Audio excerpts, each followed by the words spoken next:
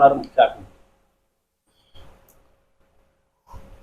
ସର୍ବଧର୍ମ ସର୍ବମତ ଆମର ସନାତନ ଧର୍ମର ଯେତେ ମତାବଲମ୍ବୀ ମାନେ ଅଛନ୍ତି ଏବଂ ଆମର ବିଶ୍ୱରେ ଯେତେ ଧର୍ମ ସବୁ ଚାଲିଛି ଯଥା ଖ୍ରୀଷ୍ଟିଆନ ଇସଲାମ ବୌଦ୍ଧ ଶିଖ ଜୈନ ବାହେ ଗୁରୁ ସାରନା ଧର୍ମ ଏସବୁ ଆମର ବିଶ୍ୱରେ ରହିଛି। ତେଣୁ ସମସ୍ତେ ସକଳେ ହୋଇ ଏକମୁଖ ଡାକିଲେ ନାରାୟଣ ରଖ। ତେଣୁ ଆମେ ବିଶ୍ୱଶାନ୍ତି ଯଜ୍ଞ ନାମ ଯଜ୍ଞ ଏସବୁ ତ ସବୁଆଡ଼େ ଚାଲିଛି, ଏଠି ମଧ୍ୟ ହେବ। କିନ୍ତୁ ଏ କ୍ଷେତ୍ରରେ ସବୁ ଧର୍ମର ଗୋଟିଏ ଗୋଟିଏ ମାନେ ଛୋଟ ଛୋଟ ମନ୍ଦିର ସବୁ କରାହେଇଛି।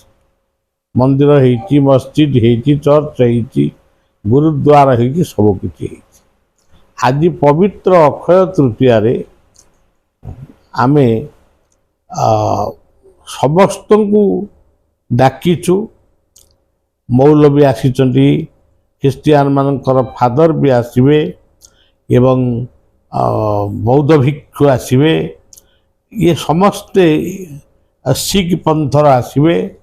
ସମସ୍ତେ ଏକତ୍ର ମିଶି ପୃଥିବୀର ଶାନ୍ତି ପାଇଁ ଦେଶର ଶାନ୍ତି ପାଇଁ ଗୋଟିଏ ପ୍ରାର୍ଥନା କରିବେ। ନିଜ ନିଜ ଧର୍ମର ସଙ୍ଗୀତ ସେମାନେ ପଢ଼ି ପ୍ରାର୍ଥନା କରିବେ ଏବଂ ମାନବବାଦ ଉପରେ 2-3 ମିନିଟ୍ ଲେଖା ତାଙ୍କୁ ସୁଯୋଗ ଦିଆଯିବ କହିବେ। ମୃତଯଜ୍ଞ ବଦଳରେ ଚଳିତ ବର୍ଷ ଏଭଳି ନୂଆ ପଦକ୍ଷେପ ନେଇଛନ୍ତି, କ'ଣ ପାଇଁ ଏଭଳି? ନାଇଁ, ଏଇଟା ଆମର ଅନେକ ଥର ହେଇଛି, କିନ୍ତୁ ଟିକେ ଦୂର ଭବିଷ୍ୟତ ଦୂର ଅତୀତରେ ହେଇଛି। ଆଉ କିନ୍ତୁ ପ୍ରତ୍ୟେକ ବର୍ଷ ପୂର୍ଣ୍ଣମୀ ପରେ ଗୋଟେ ଆମେ ହିନ୍ଦୁ ମୁସଲମାନ ସମସ୍ତେ ବସିକି ଏଠି ଗୋଟେ ପଙ୍କ୍ତି ଭୋଜନ ହୁଏ। ସେମାନେ ନମାଜ ଫମାଜ ପଢ଼ନ୍ତି, ଆମେ ବେଦ ଧ୍ୱନି କରୁ।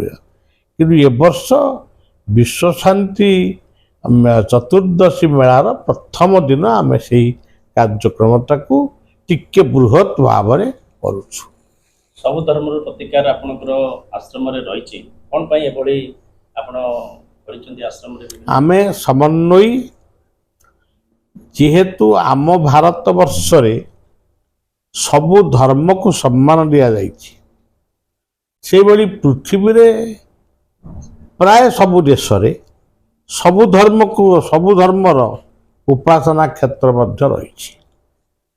ଆଉ ମୁଖ୍ୟତଃ ଆମ ଭାରତ ବର୍ଷର ଗଣତନ୍ତ୍ରରେ ଗୋଟେ ମତ ନିରପେକ୍ଷ ବୋଲି ଗୋଟେ ଶବ୍ଦ ରହିଛି। ତେଣୁ ଆମେ ସମନ୍ୱୟୀ, ଆମେ ଯଦି ପରସ୍ପର ଭିତରେ ଭାଇଚାରା ରହିବ ନାହିଁ ବା ପରସ୍ପର ପ୍ରତି ଭଲ ପାଇବା ରହିବ ନାହିଁ, ତାହେଲେ ଆମ ସମାଜ ବିପନ୍ନ ହେବ, ହିଂସା ସୃଷ୍ଟି ହେବ। ଏଇ ହେଉଛି କଥା। ଆପଣ ମାନବ ଧର୍ମକୁ ଶ୍ରେଷ୍ଠ ଧର୍ମ ବୋଲି କାହିଁକି? ପୃଥିବୀରେ ସବୁ ପ୍ରକାରର ଜୀବ ଅଛନ୍ତି, କିନ୍ତୁ କେହି ପୁରାତନ ସେ ଯାହା ଥିଲେ ଆଜି ସେଇଆ ଅଛନ୍ତି। କିନ୍ତୁ ମାନବ ହେଉଛି ଗୋଟିଏ ଶ୍ରେଷ୍ଠ ଜୀବ। ସିଏ ସବୁବେଳେ ପୁରୁଣାକୁ ମନେ ରଖି ପୁଣି ନୂଆ ନୂଆ ଉଦ୍ଭାବନ କରେ। ଆଜି ଯେଉଁ ଜୀବମାନେ ଲୋପ ପାଇଯାଉଛନ୍ତି ସେମାନଙ୍କୁ ପୁଣି ପୁନର୍ଜୀବିତ କରିବା ପାଇଁ, ବଞ୍ଚେଇ ରଖିବା ପାଇଁ ସେମାନେ ତାର ମାନେ କାର୍ଯ୍ୟକ୍ରମ କରିଚାଲିଛନ୍ତି। ପେଟ୍ରୋଲ ଡିଜେଲ ଆଜି ସରିଯାଉଛି ବୋଲି ଆଜି ସୂର୍ଯ୍ୟ କିରଣରେ କେମିତି ଗାଡ଼ି ଚାଲିବ, ବ୍ୟାଟେରୀରେ କେମିତି ଚାଲିବ, ସେଥିପାଇଁ ମଧ୍ୟ ସେ ଉଦ୍ୟମ କରୁଛି। ଏ କଥା ମାନବ ବ୍ୟତୀତ ଆଉ ଅନ୍ୟ ଜୀବମାନଙ୍କ ଦ୍ୱାରା ସମ୍ଭବ ନୁହେଁ। ଶେଷରେ ଯୁବପିଢ଼ିମାନଙ୍କୁ କ'ଣ କହିବେ? ଯୁବପିଢ଼ିମାନଙ୍କୁ ଗୋଟିଏ କଥା ମୁଁ ସବୁବେଳେ କହେ ଯେ କର୍ମ ବିରହ, ବାକ୍ୟ ବିରହ ନା, ଜ୍ଞାନକୁ ନେଇ କର୍ମ କର। ଅଜ୍ଞାନ ଅନ୍ଧାରରେ ପଶି ନିଶା ମାଦକ ଖାଇ ଜୀବନକୁ ଅଳ୍ପାୟୁ କରନା। ତୃତୀୟ କଥା ହେଉଛି ପରିବାରକୁ ଗୋଟେ ସ୍ନେହ ସଧାର ବୈକୁଣ୍ଠରେ ପରିଣତ କର। ଯଦି ପରିବାରକୁ ଯଦି ବୈକୁଣ୍ଠ ନ କରିବ ତାହେଲେ ସମାଜ ବିଗିଡ଼ିଯିବ।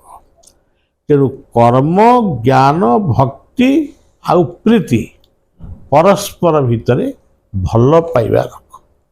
ପଡ଼ୋଶୀ ଭିତରେ ରଖ। ତେଣୁ ନିଶା ମାଦକ ଆଜି ସମସ୍ତଙ୍କୁ ଅଳପାୟୁଷ କରୁଛି। ଯେତେ ଗଣ୍ଡଗୋଳ ସେଇଥିପାଇଁ ସୃଷ୍ଟି ହେଉଛି। ତେଣୁ ଏହାର ଗୋଟାଏ ନିୟନ୍ତ୍ରଣ ନିହାତି ଦରକାର। ତେଣୁ ପିଲାମାନଙ୍କୁ ଏତିକି କଥା, କର୍ମବୀର ହୁଅନ୍ତୁ, ଜ୍ଞାନୀ। ଆଉ ଗୋଟେ କଥା ବାବା ଦେଖାଯାଉଛି ଯୋଉ ଆପଣ ବର୍ତ୍ତମାନ ସମାଜ କଥା କହୁଛନ୍ତି, ସମାଜକୁ ନେଇ ସବୁବେଳେ ଆପଣ ପ୍ରଶ୍ନ ମାନେ ଉତ୍ତର ରଖିଥାନ୍ତି। ତ ବର୍ତ୍ତମାନ ସମାଜରେ ଓଡ଼ିଆ ଅସ୍ମିତାକୁ ନେଇକି ବିଭିନ୍ନ ପ୍ରକାର କଥା ଉଠୁଛି। ତ ଆପଣଙ୍କ ଭାଷାରେ ଯୋଉ ଓଡ଼ିଆ ଅସ୍ମିତା ସଂସ୍କୃତି କିଭଳି ଭାବେ ବର୍ତ୍ତମାନ ପରିସ୍ଥିତି ରହିଛି? ଓଡ଼ିଆ ଭାଷା ସ୍ୱତନ୍ତ୍ର ଭାବରେ ସମ୍ମାନ ପାଇଛି। ଓଡ଼ିଶାର ପ୍ରବାଦ ପୁରୁଷ କୃଷ୍ଣଚନ୍ଦ୍ର ଗଜପତି ମହାରାଜ, ଯିଏ ପାରଳାଖେମୁଣ୍ଡି ମହାରାଜ, ଓଡ଼ିଶା ଗଠନ ପାଇଁ ତାଙ୍କର ସ୍ୱତନ୍ତ୍ର ଓଡ଼ିଶା ପାଇଁ ତାଙ୍କର ଅବଦାନ ଅବିସ୍ମରଣୀୟ। ସେଇଭଳି ଭାବରେ ଉତ୍କଳ ଗୌରବ ମଧୁସୂଦନ, ଯଦିଓ ସେ ଖ୍ରୀଷ୍ଟ ଧର୍ମ ଗ୍ରହଣ କରିଥିଲେ, କିନ୍ତୁ ଓଡ଼ିଆ ପାଇଁ, ଓଡ଼ିଶା ପାଇଁ, ଓଡ଼ିଆ ଭାଷା ପାଇଁ ସେ ସଂଗ୍ରାମ କରିଛନ୍ତି। ସେଇଭଳି ଗୋପବନ୍ଧୁ ଆଉ ଜଣେ ପ୍ରବାଦ ପୁରୁଷ, ସେ ମଧ୍ୟ ଏଥିପାଇଁ ସଂଗ୍ରାମ କରିଛନ୍ତି। ଫକୀର ମୋହନ ସେନାପତି, ଧରଣୀଧର ନାୟକ, ଏମାନେ ସମସ୍ତେ, ଉପେନ୍ଦ୍ର ଭଞ୍ଜ, ଅଭିମନ୍ୟୁ, ଦୀନକୃଷ୍ଣ, ଜୟଦେବ ଇତ୍ୟାଦି ଇତ୍ୟାଦି, ଗୋପାଳକୃଷ୍ଣ, ଏମାନଙ୍କର ଲେଖନୀ କେବଳ ଚାଲିଥିଲା ଓଡ଼ିଆ ଭାଷାକୁ ସଂରକ୍ଷିତ କରିବା ପାଇଁ ଏବଂ ତାକୁ ପ୍ରଚାର ପ୍ରସାର କରିବା ପାଇଁ। ପାଲା, ଦାସକାଠି, ଘୋଡ଼ା ନାଚ, ଇଏ ସଂସ୍କୃତି ମାଧ୍ୟମରେ ସେଗୁଡ଼ିକ ପ୍ରଚାର ହେଉଥିଲା। ଓଡ଼ିଆ ଭାଷା ରହିଛି, ରହିବ। କିନ୍ତୁ ଏବେ କ'ଣ ହେଉଛି, କିଛି କବିମାନଙ୍କ ଭିତରେ ଓଡ଼ିଆ ଭାଷାକୁ, ଓଡ଼ିଆ ଭାଷାରୁ ଆରମ୍ଭ କରୁଛନ୍ତି ପଦ୍ୟ, ତା ଭିତରେ ଇଂରାଜୀ ଭାଷାକୁ ପୁରେଇ ଦେଉଛନ୍ତି। ତେଣୁ ଏ ପାଖରେ କହୁଛନ୍ତି ଆମେ ଇଂରେଜମାନଙ୍କୁ ତଡ଼ିବା ପାଇଁ ଏ ଦେଶରେ, ଆମେ ଦେଶକୁ ପରାଧୀନରୁ ଶୃଙ୍ଖଳ ମୁକ୍ତ କଲୁ। ତେଣୁ ସେଇଭଳି କିଛି ଜାଗାରେ ଏଗୁଡ଼ାକ ରହିବ। ମୁଁ ଯଦି ଭଲ ଓଡ଼ିଆ କହି ନପାରିବି ତାହେଲେ ନିଜକୁ ଓଡ଼ିଆ ବୋଲି ମୁଁ ପରିଚୟ କାହିଁକି ଦେବି? ତେଣୁ ଆପଣମାନେ ଦେଖନ୍ତୁ, ଆମର ବିଜୁ ପଟ୍ଟନାୟକ ହୁଅନ୍ତୁ, ବୀରେନ ମିତ୍ର, ନନ୍ଦିନୀ ଶତପଥୀଙ୍କ ଠାରୁ ଆରମ୍ଭ କରି ନବକୃଷ୍ଣ ଚୌଧୁରୀ, ମାଳତୀ ଚୌଧୁରୀ ଇତ୍ୟାଦି ଇତ୍ୟାଦି, ଯେଉଁମାନେ ସବୁ ମହାପୁରୁଷମାନେ ଦେଶକୁ ଶାସନ କରିଥିଲେ, ସେମାନଙ୍କ ଭିତରେ ଓଡ଼ିଆ ଭାଷାର ପ୍ରୀତି ଥିଲା। ସ୍ପଷ୍ଟ ଓଡ଼ିଆ ସେମାନେ କହୁଥିଲେ।